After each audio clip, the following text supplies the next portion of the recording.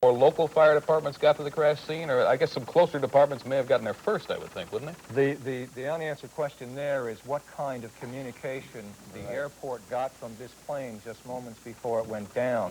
What was that communication? Did they send out a Mayday signal, if you will, saying that we are experiencing some severe difficulties and we expect to crash? You're watching first video from WPXI, our other affiliate in Pittsburgh. We do have two, KDKA and WPXI, and both are atop the scene. This is Larry King Live, and our edition tonight devoted to this crash of USAir Flight 427. More with our air traffic controller, Hugh McClure, after this.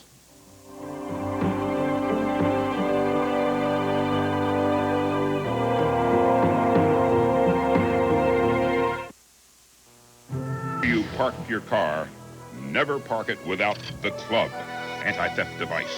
The Club, police recommended to keep your car safe from thieves. Available at better stores everywhere. Live, and we'll get right back in a moment with Hugh McClure, our air traffic controller. But you're now seeing an aerial view by helicopter of the crash scene. This is courtesy of WPXI, and this is live video. This is a helicopter. What does this remind you of? In the sky, let's listen in. Gravel road. They have these big, heavy medic rescue trucks and fire rescue trucks that just are unable to get up there. That's why they are securing the area, and they will begin at daybreak tomorrow trying to see what happened with this plane flight. Okay, Bruce, thank you very much. We'll be checking back with you. We've been giving this number throughout the night. We want to do it again. If you had family, friends, loved one coming in on Flight 427 tonight, here is the number USAir has given us to give to you. Call 703-418-5100. Again, 70. We're back, and with us is Hugh McClure, the air traffic controller. All right, Hugh, what can you tell us first about this aircraft when you're handling 737s? What are unique things about it? Well, I'll tell you what's unique about it. It's actually not unique because it's a very fine airplane. It's been flying in the system for many, many years now. There have been airplanes that have had problems, of course, as all types of jet aircraft have had problems, but nothing very unique to the 737. It's just a good airplane. Yeah, and this is the 300 series, which is... That's the one, I believe, with big fan jets. Newer. It's a newer airplane, yeah. It's got more performance. And, okay, the weather is calm. There is no wind. What does that indicate to you without making, I don't want you to make, obviously... Okay, you rule out weather, and then there are so many other factors that could come into it, and it's pure speculation. I mean, it could have been engine failures, of course. Who knows? It could have been a bomb. Any number of things. For a plane to just completely drop out of the sky, such as this one did, it brings to mind the TWA crash that I was at 20-some years ago that I feel is sort of similar, except there was very bad weather then, and I was flying a medevac helicopter at the time, evacuating bodies. I wasn't working at the center that day. I was off that day from my job.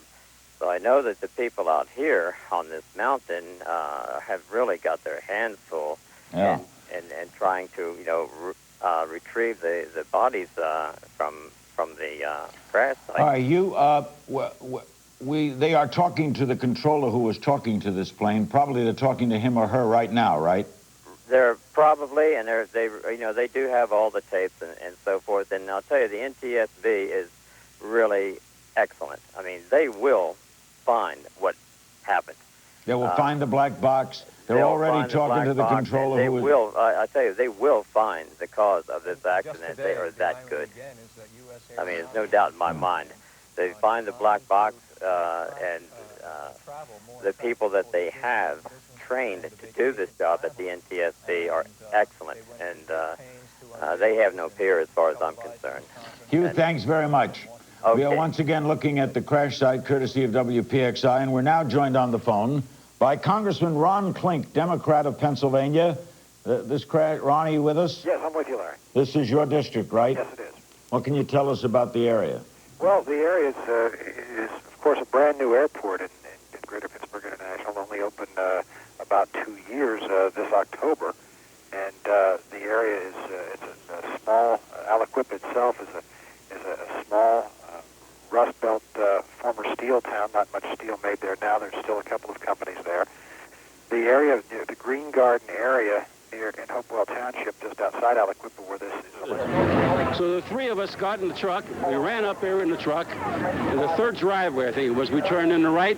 We must have walked maybe 50 yards. And we kept hollering. The plane was exploding. And we can't anybody alive because we seen bodies all over the place. I looked up and I seen the plane. And I didn't hear any sound with it. And it started nosediving. And it seemed like it was going to pull up a little bit. And it went on one side of its wings. And it went straight down into the ground and blew up. What did you hear? It was a large explosion. It was a big ball of fire, and it started smoking. So I just pulled off on the side of the road because I couldn't believe it. We're back, and Congressman, can you hear us? We cut away there for some live reports from the scene. Sure. What do you do now? Well, our office right now is trying to get in touch with the NTSB, with the FAA, to find out what it is they're doing. We obviously have contacts also with people at USAir. We work with them very closely on a lot of issues because they're hubbed out of Greater Pitt. We have a lot of USAir employees, so we deal with them on a variety of issues. So we're trying to get in touch with their people right now to find out what, if anything, they could brief the area tomorrow morning.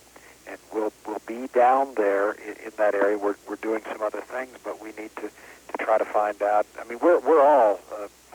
I can't tell you, Larry, how greatly affected we are by this. I mean, personally, because I travel right near where this plane crash happened. Many times per month. The flight, in fact, Chicago to Pittsburgh flight, I've been on it as recently as a week ago. What's that, a 45-minute flight, tops? It's a little over an hour, actually. It is. And, but the puzzling thing here is you got a clear night. It's a perfect night to fly. I mean, no winds. This is one of those nights you're looking out the plane window saying, this is a night to fly. It's a great night to fly. As Hugh McClure was telling you just a few moments ago, you rule out the weather immediately. I was at another meeting tonight and was just driving home when I found out about this, and I kind of got the window cracked a little bit because the nice cool air's coming in. It's a still night. The stars are up. Look, it's just a perfect night to fly. And so you begin to rule all of those things out. But we need to get down there tomorrow and try to find out exactly what happened and make sure that, of course, as again Mr. McClure said, the NTSB is very good at this. I was a former reporter before this for 24 years, and I covered a lot of plane crashes and other tragedies. But the FAA and the NTSB does a very good job, and he's absolutely correct. They will make a determination as to what exactly caused this crash. All right, how about Wesley Smith's charge, which you probably didn't hear, that the FAA has a dual hat here. They're designed to protect the safety of all of us, but they're also designed to promote air travel. Well, I hadn't heard that, and I don't know that they really do promote air travel. They're the protectors, I think, more than anything else. And I don't see them out there really promoting air travel. He said that they don't we don't get full reports on, let's say, maintenance of 737s. That's not given out to the public. How many times was an airline cited for maintenance mishaps? We don't get that. Well, I haven't heard that charge being made, but I think it's something that it bears looking into, and I will talk to our folks down in the United States Congress who are on the Aviation Subcommittee of the Public Works Committee, and we'll find out, if this information is or is not available. It certainly should be available so the American people have an idea of the safety. But again, and I'm going back to everyone that I've spoken to tonight already. I heard Mr. McClure echo it just before I was on. Mm-hmm. The 737 is a very safe aircraft. It has a wonderful record, so I don't think that you could really, the specific model of plane doesn't appear to have a problem. Did this specific aircraft have a problem? I don't know. But I can tell you, just last week, as I said, I happened to fly to Chicago and back. I flew to Chicago on a USAir plane. They pulled the piece of equipment we were to fly to Chicago on because they were having a problem with it. Got another aircraft, so we were an hour late getting there. Coming back from Chicago, I flew on American Airlines. They also pulled that plane and put us on another aircraft. So I think the airlines, if there's any question, all that showed me, although I didn't enjoy the hour delay going out and the hour delay coming back, I thought it was kind of a bit of a pain. I was still glad that they had taken that precaution and felt a lot safer because they had said, look, there's something wrong with this aircraft. We don't feel good about it. One other thing. Pittsburgh, as you said, is USAir's hub. The airline's based here in Arlington, Virginia, yes. but its hub is Pittsburgh. Yes. And it may be more takeoffs and landings than any other airline in America. It has a tremendous number of takeoffs and landings. I don't have anything on the statistics, but it is a tremendous number of takeoffs and landings, particularly at this new airport. The amount of traffic that comes in and out of here. Yeah, say, hey, mama said the way you move, gonna make you sweat, gonna make you sweat.